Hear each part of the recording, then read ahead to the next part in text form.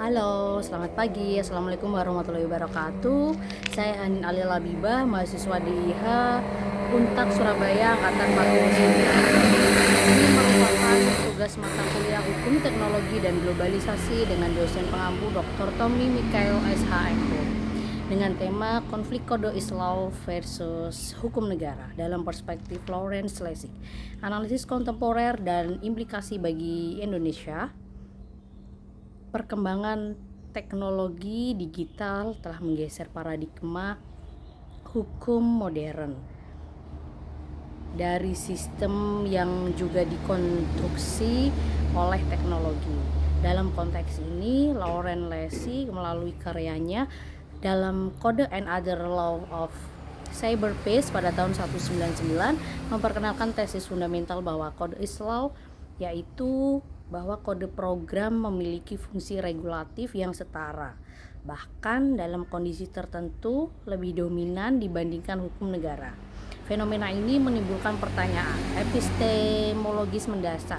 Apakah hukum masih menjadi sumber utama pengaturan atau telah terjadi pergeseran menuju dominasi teknologi sebagai regulator? Nah, bagaimana jawaban akan hal tersebut? Mari kita ulas sebagaimana mestinya. Nah, sesuai kerangka teoritis kode Islam, Lessig menyatakan bahwa perilaku manusia di ruang cyber diatur oleh 4 modalitas, yaitu hukum, norma sosial, ketiga pasar, dan yang keempat ada arsitektur atau kode. Dalam konteks digital, arsitektur yang termanifestasi dalam bentuk kode tidak hanya mengatur, tetapi juga membatasi kemungkinan tindakan secara langsung. Dengan demikian, kode beroperasi sebagai regulator ex ante, berbeda dengan hukum yang umumnya bersifat ex post. Hal ini diperkuat oleh pandangan bahwa teknologi digital menciptakan suatu bentuk embedded regulation di mana norma tidak lagi hanya dinyatakan dalam teks hukum tetapi ditanamkan langsung dalam sistem teknologi. Nah, terjadi konflik ontologis kode dengan hukum negara. Konflik antara kode Islam dan hukum negara dapat dianalisis dalam 3 dimensi utama. Yang pertama, terkait dimensi ontologis.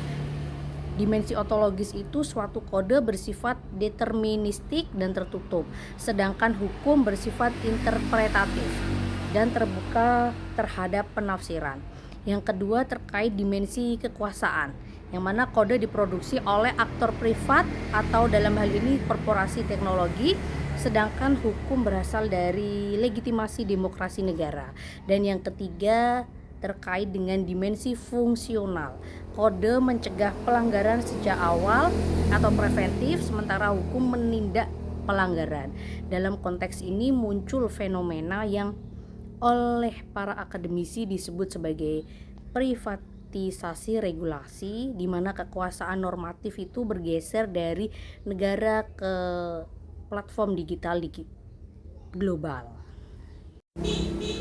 Perkembangan kontemporer dari kode Islam ke law is code. Perkembangan teknologi mutakhir menunjukkan bahwa tesis Lessig mengalami transformasi signifikan. Yang pertama terkait blockchain dan smart contracts.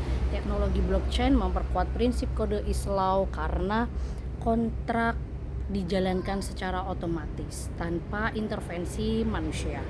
Namun sebagai dikemukakan oleh The Philippi and Wright pada tahun 2018, kondisi ini menimbulkan ketidakadilan karena ketidakmampuan sistem untuk mengakomodasi error dan konteks sosial. Selanjutnya yang kedua terkait artificial intelligence sebagai regulator. Di sini tidak hanya menjalankan aturan tetapi juga menghasilkan keputusan. Menurut Karen Young pada tahun 2019 menekankan bahwa berbasis data yang berpotensi menggeser peran hukum sebagai instrumen utama pengendalian sosial. Dan yang ketiga terkait pergeseran ke hybrid governance. Literatur mutakhir menunjukkan adanya pergeseran menuju model hybrid di mana hukum dan teknologi itu saling melengkapi. Dalam hal ini muncul konsep kode Islam yaitu penerjemah norma hukum ke dalam algoritma. Nah, menurut kami analisis kritis, meskipun kode Islam menawarkan efisiensi dan kepastian terhadap beberapa kritik fundamental. Yang pertama terkait dengan defisit keadilan, di mana kode itu tidak mampu menangkap nilai keadilan substantif karena bersifat rigid. Yang kedua terkait dengan defisit demokrasi.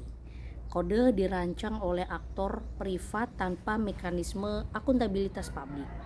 Sedangkan yang ketiga terkait defisit transparansi. Algoritma khususnya AI seringkali bersifat black box. Sebaliknya, hukum negara juga menghadapi keterbatasan, yaitu lambat, teritorial, dan kurang adaptif terhadap inovasi teknologi. Dengan demikian, konflik ini menunjukkan adanya krisis dalam paradigma hukum modern, di mana hukum tidak lagi menjadi satu-satunya sumber normativitas. Implikasi dan solusi bagi Indonesia. Dalam konteks Indonesia, konflik antara kode Islam dan hukum negara tidak hanya bersifat teoritis, tetapi telah menjelma menjadi persoalan struktural dalam tata kelola digital nasional. Kompleksitas ini muncul akibat interaksi antara perkembangan teknologi global dengan kapasitas regulasi domestik yang belum sepenuhnya adaptif. Nah, sehingga muncul suatu permasalahan utama dan dapat diidentifikasikan sebagai berikut. Yang pertama, terkait dengan ketergantungan terhadap platform global, yang mana nantinya itu akan menunjukkan adanya asimetris kekuasaan antara negara dan korporasi teknologi transnasional. Platform seperti media sosial, marketplace, dan penyedia layanan digital tidak hanya beroperasi sebagai pelaku ekonomi, tetapi juga sebagai pembentuk norma melalui algoritma yang mereka kendalikan. Nah, dalam hal ini, kondisi seperti ini, negara itu berpotensi mengalami loss of regulatory control, di mana hukum nasional tidak lagi menjadi instrumen utama dalam mengatur perilaku masyarakat digital. Permasalahan yang kedua terkait dengan regulasi yang belum adaptif, mencerminkan adanya keterlambatan hukum dalam merespon dinamika teknologi. Regulasi yang bersifat reaktif dan sektoral seringkali tidak mampu menjangkau kompleksitas sistem digital yang bersifat lintas sektor, lintas jurisdiksi, dan berbasis data. Kemudian ada juga yang ketiga. Ketiga ini terkait dengan tumpang tindih kebijakan digital, menunjukkan belum adanya harmonisasi antara regulasi baik dalam aspek substansi maupun kelembagaan. Hal ini berimplikasi pada ketidakpastian hukum atau legal uncertainty yang justru dapat menghambat inovasi sekaligus melemahkan perlindungan dalam masyarakat. Nah, berdasarkan kondisi tersebut diperlukan pendekatan yang tidak hanya normatif tetapi juga struktural dan sistematik. Yang pertama, terkait dengan integrasi law and code. Nah, pendekatan ini menekankan bahwa hukum itu tidak cukup hanya dituangkan dalam teks normatif, tetapi harus diinternalisasi ke dalam desain teknologi itu sendiri. Dalam konteks ini, regulasi tidak lagi bekerja secara eksternal, melainkan menjadi bagian inherent dari sistem digital. Konsep regulation by design mengharuskan adanya kolaborasi antara pembentukan hukum, insinyur perangkat lunak, dan aktor teknologi lainnya. Dengan demikian, nilai-nilai hukum seperti keadilan, akuntabilitas, dan perlindungan hak asasi manusia dapat diterjemahkan ke dalam arsitektur algoritma. Dalam praktiknya, hal ini dapat diwujudkan melalui penerapan privacy by design dalam sistem pengolahan data, selanjutnya pembatasan otomatis terhadap konten ilegal, dan mekanisme kontrol berbasis kode yang selaras dengan norma hukum nasional kita. Oke, yang kedua terkait penguatan kedaulatan digital. Nah, kedaulatan digital itu merupakan prasyarat utama bagi negara untuk tetap relevan dalam era Cloud-based governance. Dalam hal ini, negara harus mampu memastikan bahwa seluruh aktivitas digital yang berdampak pada warga negara tetap berada dalam kerangka hukum nasional. Penguatan kedaulatan digital itu dapat dilakukan dengan beberapa item. Yang pertama terkait dengan kewajiban compliance bagi platform global terhadap hukum Indonesia. Sedangkan yang kedua terkait penguatan infrastruktur digital nasional. Dan yang ketiga serta pengembangan kapasitas negara dalam mengawasi dan mengendalikan aliran data. Nah, lebih jauhnya, kedaulatan digital itu tidak hanya berkaitan dengan kontrol, tetapi juga kemampuan negara untuk menjadi aktor aktif dalam produksi teknologi, bukan sekedar untuk konsumen. Yang ketiga, transparansi dan audit algoritma. Salah satu persoalan utama dalam kode Islam adalah sifat algoritma yang tertutup atau lebih dikenal dengan namanya black box. Hal ini menimbulkan resiko terhadap akuntabilitas dan perlindungan hak asasi manusia. Oleh karenanya diperlukan suatu mekanisme. Ada audit algoritma, ada explainable AI, serta kewajiban transparansi bagi platform digital. Pendekatan ini itu bertujuan untuk memastikan bahwa keputusan yang dihasilkan oleh sistem digital dapat dipahami, diuji, dan dipertanggungjawabkan secara hukum. Dengan begitu, dalam konteks ini, negara itu perlu membangun kerangka regulasi yang tidak hanya mengatur output teknologi, tetapi juga proses di baliknya. Yang keempat, ada reformasi hukum responsif dan antisipatif. Hukum di Indonesia itu perlu bertransformasi dari model yang reaktif menjadi model yang responsif dan antisipatif. Hal ini berarti hukum itu tidak hanya merespon peristiwa yang telah terjadi, tetapi juga mampu memprediksi dan mengantisipasi perkembangan teknologi di masa depan. Reformasi itu bisa mencakup beberapa hal. Yang pertama terkait dengan misalkan penyusunan regulasi yang berbasis prinsip. Kelas selanjutnya terkait penguatan pendekatan rights-based regulation serta fleksibilitas dalam implementasi norma hukum. Dengan begitu, hukum itu tidak lagi tertinggal dari teknologi, tetapi mampu berjalan secara paralel bahkan proaktif. Yang kelima, terkait pendekatan co-regulation dan multi-stakeholder governance. Sebagai pengembangan lebih lanjut, diperlukan model co-regulation di mana negara, sektor swasta, dan masyarakat sipil bersama-sama membentuk sistem regulasi.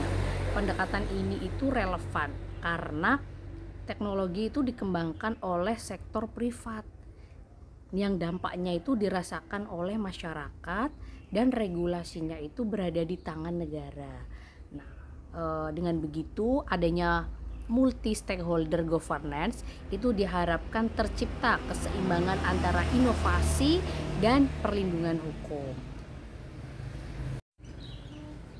Dari penjabaran di atas maka bisa ditarik kesimpulan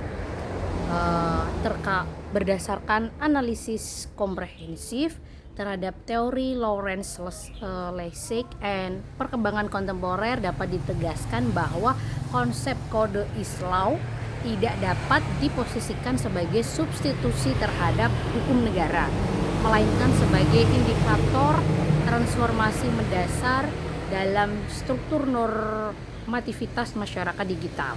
Transformasi tersebut menunjukkan adanya pergeseran dari sistem hukum yang berbasis teks menuju sistem yang berbasis teknologi, di mana norma tidak hanya dikonstruksi secara yuridis tetapi juga secara teknologis.